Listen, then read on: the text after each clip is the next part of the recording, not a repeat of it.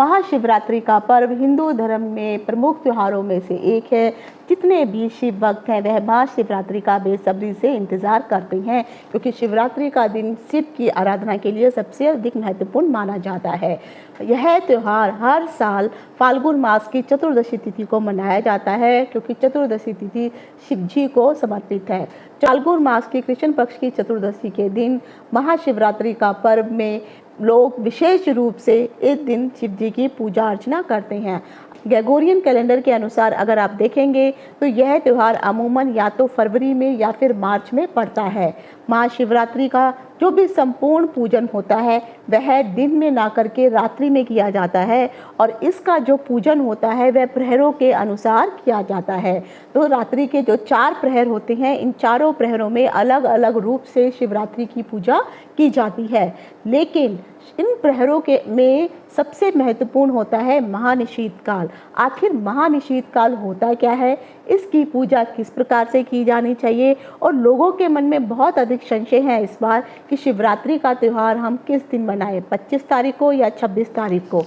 आखिर निशीत काल का मतलब होता क्या है, निशीत काल में किस प्रकार से पूजा की जाती है, निशीत काल पूजा होती क्या है, इसे कैसे किया जाता है, निशीत काल और महानिशीत काल में क्या अंतर होता है, निशीत काल में आखिर पूजा क्यों की जानी चाहिए, इसके क्या लाभ जातक को प्राप्त होते हैं, और निशीत काल की पूजा विधि क्या होती है और ये अन्य विधियों से किस प्रकार से अलग होती है। और जो भी लोग इस साल महाशिवरात्रि के दिन जो है अगर आप महास्नान करना चाहते हैं और किन्हीं कारणों से आप अगर प्रयागराज नहीं जा सके हैं, तो आप घर पर ही रह कर के आप प्रयागराज में जो स्नान किया जाता है उसी प्रकार का पुण्य आप घर पे रहकर भी किस प्रकार प्राप्त कर सकते हैं, और आपको यह स्नान कितने बजे करना चाहिए। और महाशिवरात्रि का व्रत का जो पारण होता है, अन्य दिन के व्रत के पारणों से यह व्रत का पारण बहुत अलग होता है। तो इस व्रत का पारण आपको किस दिन कितने बजे करना है, इन सभी चीज़ों की जानकारी लेकर के मैं डिम्पल शांडिल्या ज्योतिष सत्य ज्ञान सागर के माध्यम से अपने सभी नए और पुराने दर्शकों का हार्दिक स्वागत करती हूँ। हर हर महादेव। जय हो शंकरा, आदिदेव शंकरा, तेरे जाप के बिना चले ये सांस किस तरह। मेरा कर्म तू ही जाने, क्या बुरा है क्या भला, तेरे रास्ते पे मैं तो आंख मूंद के चला। तेरे नाम की जोत ने सारा हर लिया तमस मेरा। नमो नमो शंकरा, भोलेनाथ शंकरा, रुद्रदेव हे महेश्वरा। सर्वप्रथम यह सवाल आता है कि आखिर हम महाशिवरात्रि का जो पर्व है किस दिन मनाएं, क्योंकि तिथियों के आगे पीछे होने के कारण लोगों में कन्फ्यूज़न है। हर साल फाल्गुन मास की कृष्ण पक्ष की चतुर्दशी तिथि को जो है महाशिवरात्रि का पर्व धूमधाम से मनाया जाता है। इस साल अगर आप चतुर्दशी तिथि की शुरुआत देखेंगे तो 26 तारीख को यानी 26 फरवरी को जो है 11:06 पर जो ये तिथि की जो है शुरुआत हो रही है, और इस तिथि का जो समापन हो रहा है वो 27 तारीख को 8:54 पर इस तिथि का जो है समापन हो रहा है। तो महाशिवरात्रि की जो शुरुआत हो रही है वह 26 तारीख के दिन जो है दोपहर के आसपास हो रही है, लेकिन शिवरात्रि पूजन के लिए रात्रि का होना अत्यधिक महत्वपूर्ण माना जाता है। तो 26 तारीख की जो रात्रि होगी जो है उसी दिन पड़ने वाली है, क्योंकि 27 तारीख को सुबह जो है ये 9 बजे के आसपास जो है शिवरात्रि यानी चतुर्दशी तिथि का समापन हो जाएगा। तो महाशिवरात्रि के लिए निशा काल अत्यधिक महत्वपूर्ण माना जाता है, क्योंकि भगवान शिव और माता पार्वती का जो पूजन है इसी समय में रात्रि में किया जाता है। तो ऐसे में आप सभी लोगों को 25 फरवरी के दिन जो है शिवरात्रि का पूजन करना चाहिए। और अगर आप व्रत इत्यादि धारण कर रहे हैं तो तिथियों के अनुसार अगर देखा जाए तो आप सभी को जो भी व्रत धारण करना चाहते हैं 26 तारीख को ही आप महाशिवरात्रि का त्यौहार मनाएंगे, और 26 तारीख को ही आप जो है व्रत भी धारण करेंगे। हालांकि जिस समय सूर्य उदय हो रहा होगा उस समय सुबह में जब आप ब्रह्म मुहूर्त में उतरेंगे तब त्रयोदशी तिथि चल रही होगी, तो आप त्रयोदशी तिथि में ही उठ करके स्नान इत्यादि करेंगे। जो भी आप पूजा पाठ करते हैं वो कर सकते हैं। और जब 11:06 के आसपास चतुर्दशी तिथि की शुरुआत होगी, उस समय आप जो है भगवान शिव के आगे जा कर के जो भी उनका चित्र है वहाँ पर व्रत करने का प्रण आप अवश्य धारण कीजिए। तो आपको 26 तारीख के दिन ही व्रत का जो है प्रण लेना है और जो इसका उद्यापन होता है वह अन्य व्रतों के दिन से अलग तरह से उद्यापन इसका किया जाता है। तो आप 26 तारीख के दिन महाशिवरात्रि का पूजन भी करेंगे और व्रत भी करेंगे।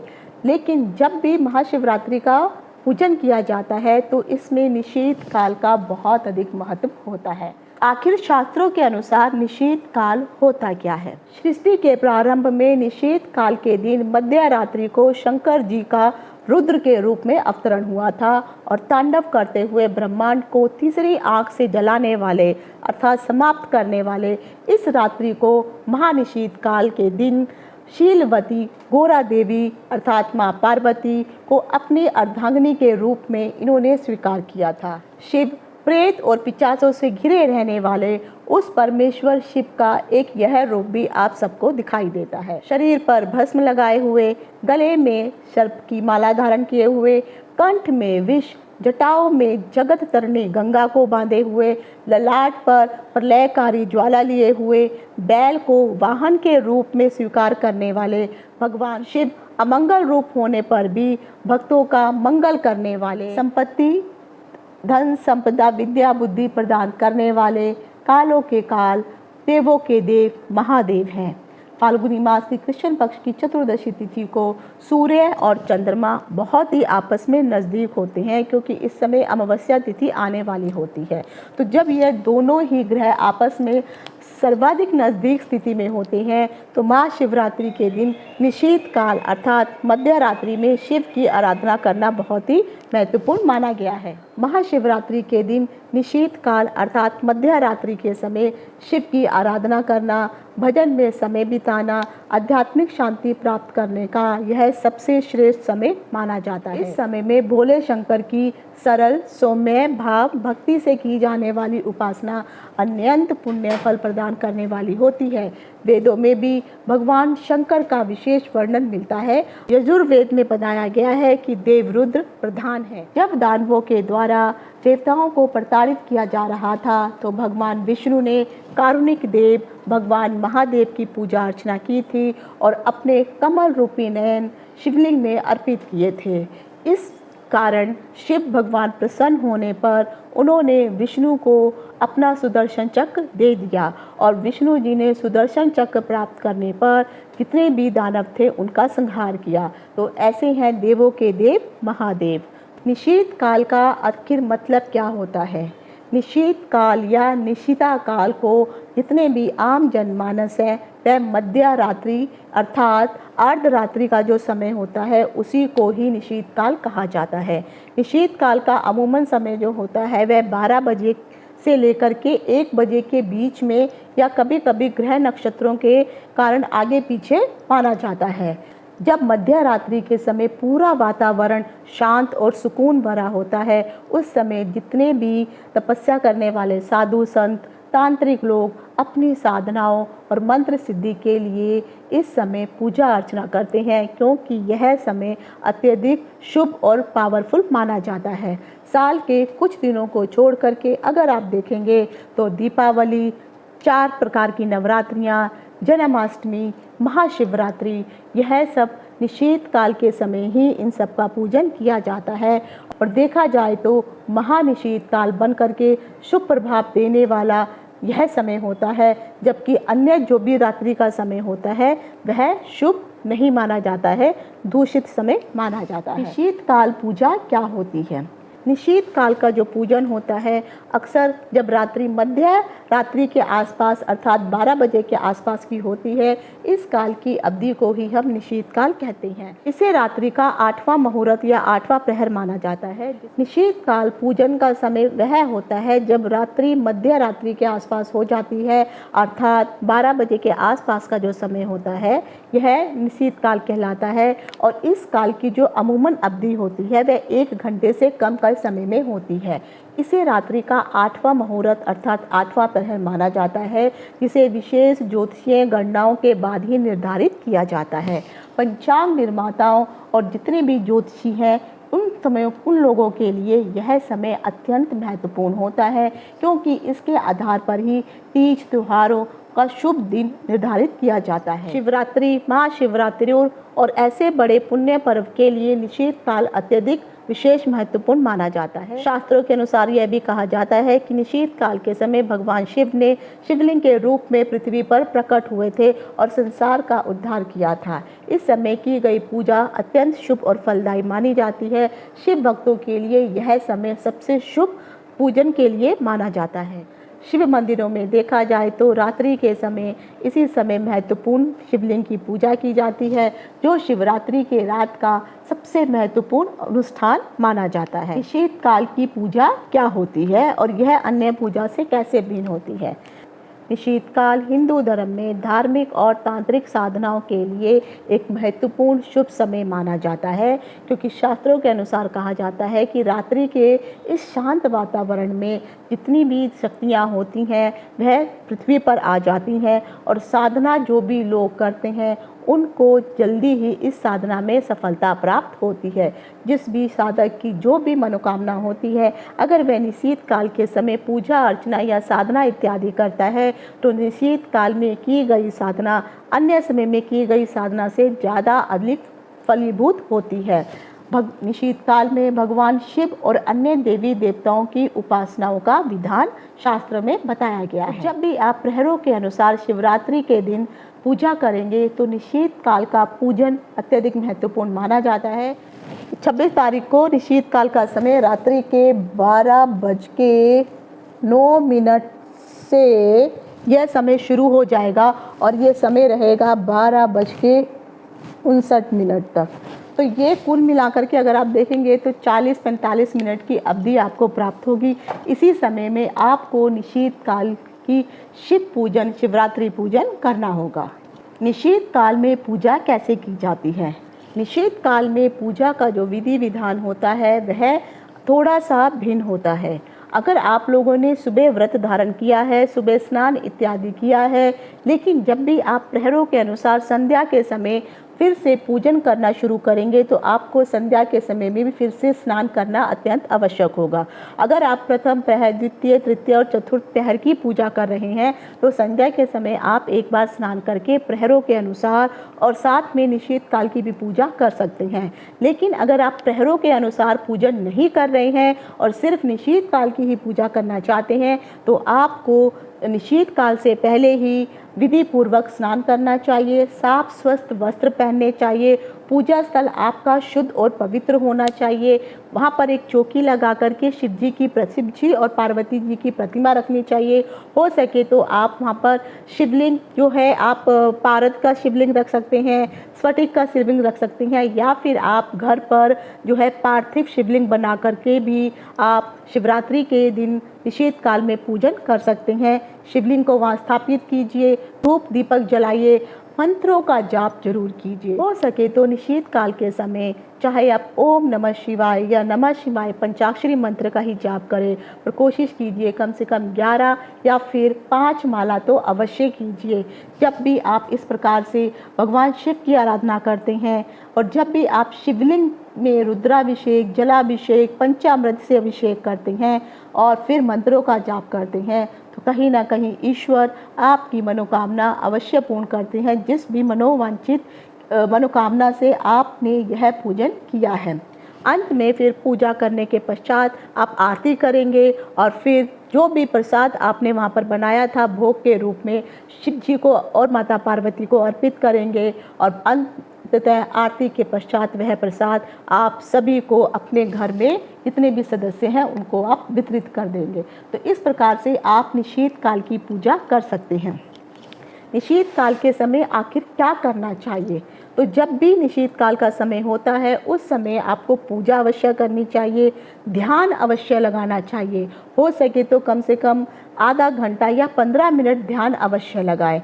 मंत्र जाप सर्वप्रथम करिए, उसके बाद ध्यान की मुद्रा में ध्यान लगाइए और ये जो है अपनी श्वासों पे ध्यान देते हुए आपको जो है ये महसूस करना है कि शिवलिंग में से या फिर शिव जी के हाथों में से एक प्रकाश जो है जो आपके आज्ञा चक्र की ओर आ रहा है। तो इस प्रकार से ध्यान करते हुए जो भी पूजा अर्चना आप करते हैं तो इस समय की गई पूजा विशेष फलदायी मानी जाती है। निशीत काल के बारे में तो अभी आपको समझ में आ गया होगा, लेकिन आखिर महानिशीत काल होता क्या है। दीपावली की जो रात्रि आती है उस समय मध्य रात्रि को महानिशीत काल कहा जाता है। इस दिन माँ लक्ष्मी की उपासना की जाती है। साथ ही साथ जितने भी तांत्रिक लोग होते हैं वह सभी माँ काली की भी साधना करते हैं और अंततः साधकों और तांत्रिकों के लिए यह महानिशीत काल का जो समय होता है बहुत ही महत्वपूर्ण समय माना जाता है। निशीत काल की संपूर्ण पूजा विधि आखिर होती कैसे है। सबसे पहले शुद्धि और स्नान होता है। अगर आपने सुबह व्रत धारण किया है तो उस समय आपने स्नान अवश्य किया होगा, लेकिन संध्या के समय ही शिव जी की पूजा की जाती है। शिवरात्रि में प्रहरों के अनुसार उनका पूजन किया जाता है। तो आप अपने घर में एक शिवलिंग अवश्य लेके आइए, चाहे हो सके तो स्फटिक का हो या फिर आपके पास पारद का शिवलिंग होना चाहिए। अन्य शिवलिंग घर पे रखना शुभ नहीं है और सबसे शुभ है कि आप घर पे पार्थिव शिवलिंग स्वयं बना लीजिए। उस पार्थिव शिवलिंग को जो है आपको स्थापित करना होता है। तो सबसे पहले आप जो है स्नान करेंगे, उसके बाद शुद्धिकरण होगा और स्वच्छ वस्त्र पहनेंगे। पूजा का स्थल आपको तैयार करना होगा। घर में जो भी पूजा घर है या जहाँ पर भी आपने पूजा की चौकी इत्यादि रखी है वहाँ पर गंगा जल अवश्य छिड़के उस जगह को पवित्र कर ले। हो सके तो अगर आपको मंत्र आता है तो मंत्रों से भी आप उच्चारण कर सकते हैं, अन्यथा गंगा जल छिड़कते हुए माँ गंगा से प्रार्थना करेंगे कि हे गंगा माँ मेरे इस पूजा स्थल को पवित्र करें और वहाँ पर पूजा की वेदी आप बनाएंगे। इसके बाद भगवान शिव और अपने इष्ट देव की मूर्ति उस वेदी या चौकी के ऊपर आप स्थापित करेंगे। उसके पश्चात आप धूप दीपक इत्यादि वहाँ पर जलाएंगे। फिर हो सके तो मंत्र जप अवश्य कीजिए। भगवान शिव की उपासना के लिए पंचाक्षरी मंत्र ओम नमः शिवाय सबसे अधिक सरल और सबसे पावरफुल मंत्र माना जाता है। हो सके तो 5, 11, 21, 51 जो भी आपकी श्रद्धा हो आप इन मंत्रों का जाप अवश्य कीजिए। या फिर आप देवी या शक्ति की साधना करते हैं तो उनके लिए ओम दुम दुर्गाय नमः या जो भी आपको मंत्र आता है उनका अवश्य जो है 5, 7, 11, 21, 51 जो भी आपकी श्रद्धा है ये अवश्य इस प्रकार से जो है आपको जाप करना चाहिए। जो भी भोग के रूप में आपने प्रसाद बनाया है वह पूजन करने से पहले भगवान के सम्मुख उस प्रसाद को अवश्य रखिए, क्योंकि जब भी आप पूजन करते हैं तो भोग के रूप में जब प्रसाद चढ़ाया जाता है तो जो भी देवीय शक्ति होती है वह आपकी मनोकामना पूर्ति हेतु उनको भोग अवश्य दिया जाता है। तो पूजा पाठ जब भी आप करते हैं तो भोग अवश्य रखा जाता है और आरती के पश्चात फिर आप उसको जो है आप परिवार के लोगों में उस प्रसाद को वितरित कर सकते हैं। अगर इस दिन आप कोई विशेष साधना भी करना चाहते हैं तो निशीत काल के समय आप कोई भी विशेष साधना कर सकते हैं, लेकिन मैं ये अवश्य कहूँगी कि जो भी आप विशेष साधना करना चाहते हैं तो कोशिश करिए आप अपने गुरु के सानिध्य में रहिए, गुरु से यह परमिशन लीजिए। और अगर आपके कोई गुरु नहीं है तो किसी तंत्र विद्या का कोई भी अगर जानकार है तो उनसे ही परमिशन लेने के बाद ही कोई अन्य तांत्रिक साधना आप करिए, नहीं तो आप जो है सात्विक साधना कीजिए और ओम नमः शिवाय के मंत्रों का या ओम दुम दुर्गाय नमः या माता पार्वती के जो भी मंत्र आपको आते हैं इन मंत्रों का जाप अवश्य कीजिए। अब आता है कि निशीत काल की पूजन का आखिर फायदा क्या होता है। तो सर्वप्रथम जब भी आप निशीत काल की पूजा करते हैं तो सभी लोग एक इच्छित मनोवांछित कामना पूर्ति के लिए यह पूजा की जाती है। तो आपकी जो भी मनोवांछित इच्छाएं हैं वह ईश्वर के समक्ष रखिए और जो भी वहाँ देवी देवता के जो चित्र आपने वहाँ रखे हैं उनको प्रसन्न कीजिए, उनके मंत्रों का जाप करिए, उनको भोग अर्पित कीजिए। फिर आपकी पूजा से प्रसन्न होकर के वही देवी देवता आपकी मनोवांछित इच्छा को पूर्ण करेंगे। कई लोग सुख शांति और समृद्धि के लिए भी पूजा करते हैं। जो लोग सुख शांति और धन संपदा की प्राप्ति के लिए पूजा करना चाहते हैं तो निश्चित काल के समय जो शांत और दिव्य समय माना जाता है, इस समय साधक को कोई भी एक साधना करनी चाहिए। चाहे आप ओम नमः शिवाय के मंत्रों का जाप या जो भी मंत्र आपके जो भी इष्ट देव हैं, आप अपने किसी भी इष्ट देव के मंत्रों का जाप उस दिन कर सकते हैं, क्योंकि साधक को उस दिन मानसिक और आध्यात्मिक शांति भी कहीं ना कहीं उस समय उसको अनुभूति होती है। जो भी नकारात्मक ऊर्जाएं होती हैं उनका नाश होता है और सकारात्मक ऊर्जा का प्रभाव आपके शरीर के ऊपर अवश्य होता है। जिन लोगों को साधनाएं इत्यादि करनी होती हैं, जैसे जो भी तांत्रिक साधना करना चाहते हैं, जो मंत्र सिद्धि करना चाहते हैं, उन लोगों के लिए यह समय अत्यंत ही महत्वपूर्ण और लाभकारी होता है। इस समय की गई जितनी भी साधनाएं होती हैं वे सफलता निश्चित ही आपको सफलता प्रदान करने वाली होती है। निश्चित काल में पूजन करने से आपकी आध्यात्मिक उन्नति तो होती ही है, साथ ही साथ ईश्वर के समक्ष आपका जुड़ाव और गहरा होता हुआ चला जाता है। अब आता है कि महाशिवरात्रि के दिन 4 प्रहरों का पूजन सर्वाधिक माना गया है। तो सर्वप्रथम आप महाशिवरात्रि के दिन आपको ब्रह्म मुहूर्त में स्नान अवश्य करना है।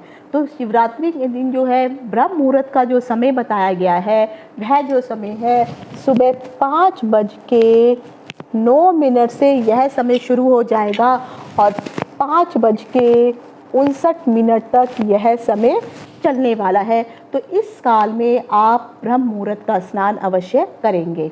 अब आता है अमृत काल। जो लोग ब्रह्म मुहूर्त में स्नान नहीं कर पाए हैं वह अमृत काल में भी यह स्नान कर सकते हैं।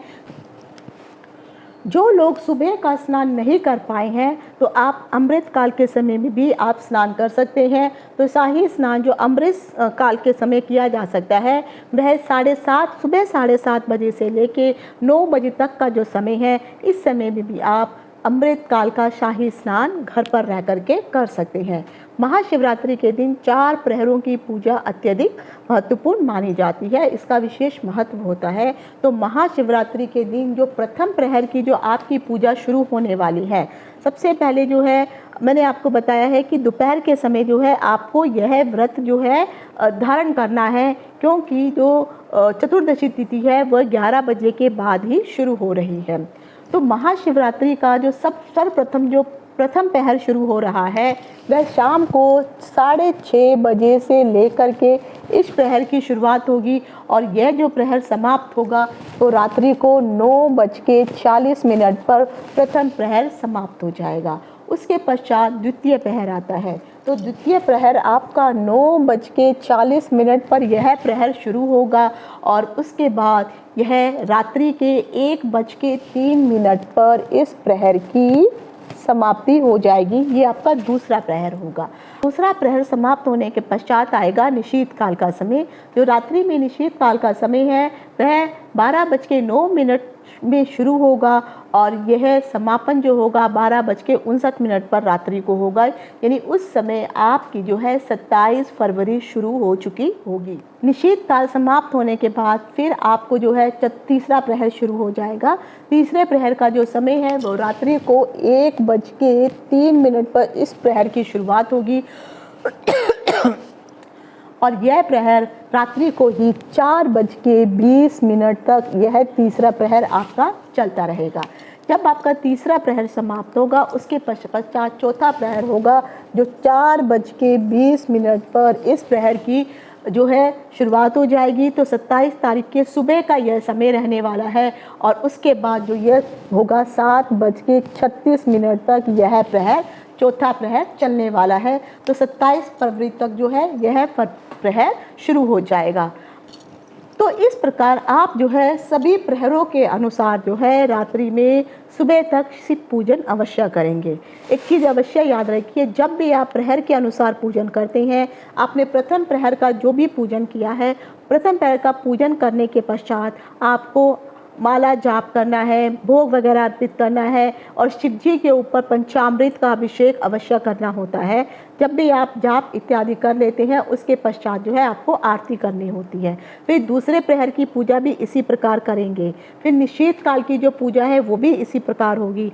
तीसरे प्रहर और चतुर्थ प्रहर की पूजा भी आपको इसी प्रकार से करनी है। तो पूरी रात्रि आपको सोना नहीं होता है और आपको हर प्रहर के अनुसार जो है पूजा करनी होती है। तो कोशिश करिए कि चतुर्थ प्रहर तक का जो भी समय है, जो 4:20 का जो समय है, वो उस प्रहर की आप पूजा कीजिए। 5 बजे तक जो है आप इस पूजा को जो है समाप्त कर सकते हैं। और फिर जो है अगर आप जाग सकते हैं तो बहुत अच्छी बात है, क्योंकि उसके बाद जो है आपको व्रत का पारण करना होता है। तो जब आपने 4:20 से लेकर के आपने 5, 5:30 तक जो भी पूजा आपने की है, उसके पश्चात जब आप पारण करने पे आते हैं तो आपको सुबह दोबारा स्नान करना अवश्य होता है। तो दोबारा स्नान करने के पश्चात आप अब इस व्रत का पारण करेंगे, क्योंकि हिंदू धर्म में जितने भी पर्व बताए गए हैं, जितने भी उसमें व्रत आते हैं, उन व्रतों का जो प्रण होता है वह सुबह आप धारण करते हैं और संध्या के समय आप उन व्रतों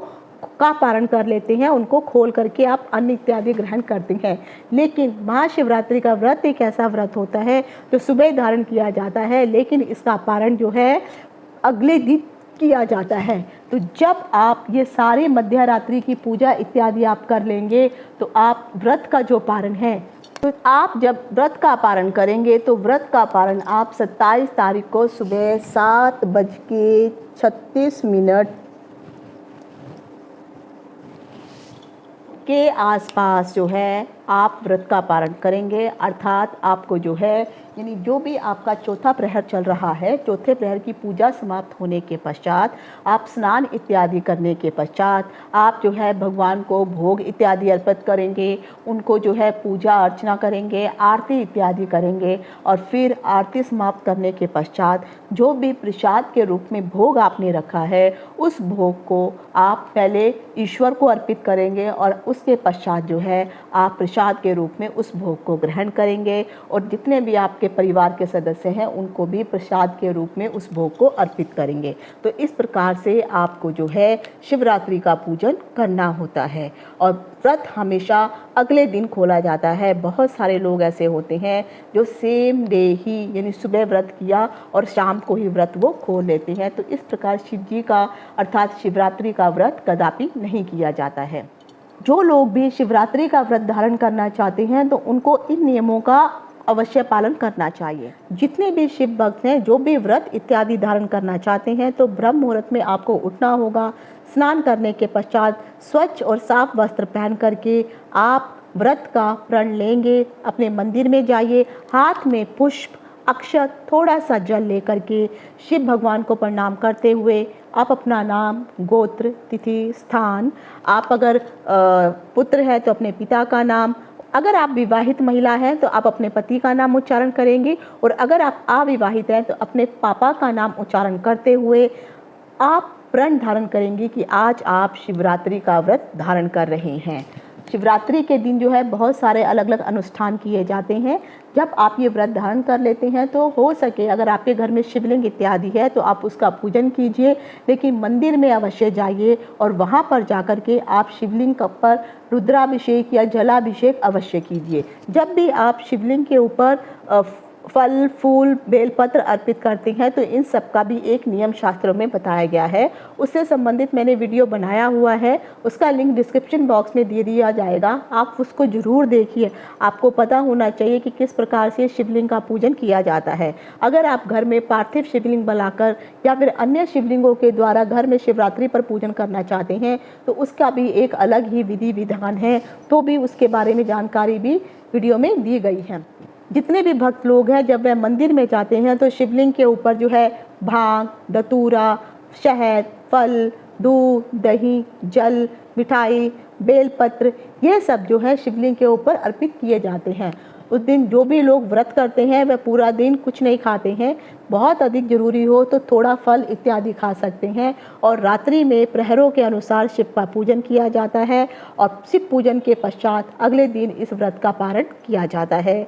कई मंदिरों में तो पूरी रात भजन कीर्तन इत्यादि होता रहता है और रात समाप्ति के पश्चात, जो भी प्रहरों की पूजा समाप्त होने के पश्चात, वहाँ पर अंत में शिवलिंग के ऊपर जो है जलाभिषेक किया जाता है और फिर प्रसाद जो है भक्तों में वितरित कर दिया जाता है। तो आप जिस भी प्रकार से करें, चाहे आप घर में बैठ के करें या मंदिर में बैठ के करें, लेकिन पूजा अर्चना आपको अवश्य करनी है।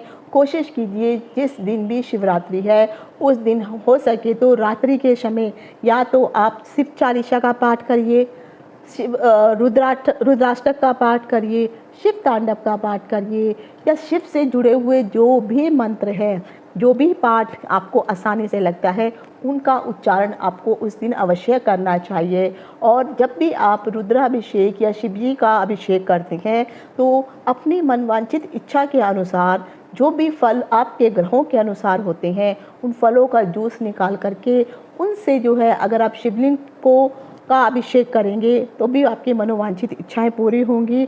अगर आपको धन से संबंधित जुड़ी हुई कुछ परेशानियां चल रही हैं तो शिवलिंग के ऊपर आप गन्ने के रस के द्वारा उनका अभिषेक कीजिए, अपनी मनोवांछित इच्छा बोलिए और हो सके तो उस दिन कुछ मंत्रों का जाप अवश्य करते हुए शिवलिंग पर जो है आपको शिवलिंग के ऊपर गन्ने के रस से अभिषेक करते हुए मंत्रों का आपको जाप करना है और अपनी इच्छा भगवान को अवश्य बोलिए। और सच्चे मन से अगर आप प्रार्थना करेंगे तो जिस भी मनोवांछित इच्छा से आपने जो भी पूजन किया है वह भोलेनाथ शिव शंकर के द्वारा अवश्य पूर्ण किया जाएगा। बहुत सारे मंदिरों में इस दिन झांकियाँ इत्यादि भी निकाली जाती हैं। तो और इस प्रकार जो है आप अपने घर में धूप, दीपक, निवेद्य इत्यादि अर्पित करते हुए शिवरात्रि का पूजन अवश्य करिए। आशा करती हूँ जो भी मैंने आपको जानकारी दी है यह आपके लिए लाभदायक होगी। ईश्वर आपकी मनोकामनाओं को पूर्ण करे और जो भी आपने व्रत किया है इस व्रत को भी बिना विघ्न बाधा के संपूर्ण करे। आज यहीं तक। इति शुभम। हर हर महादेव।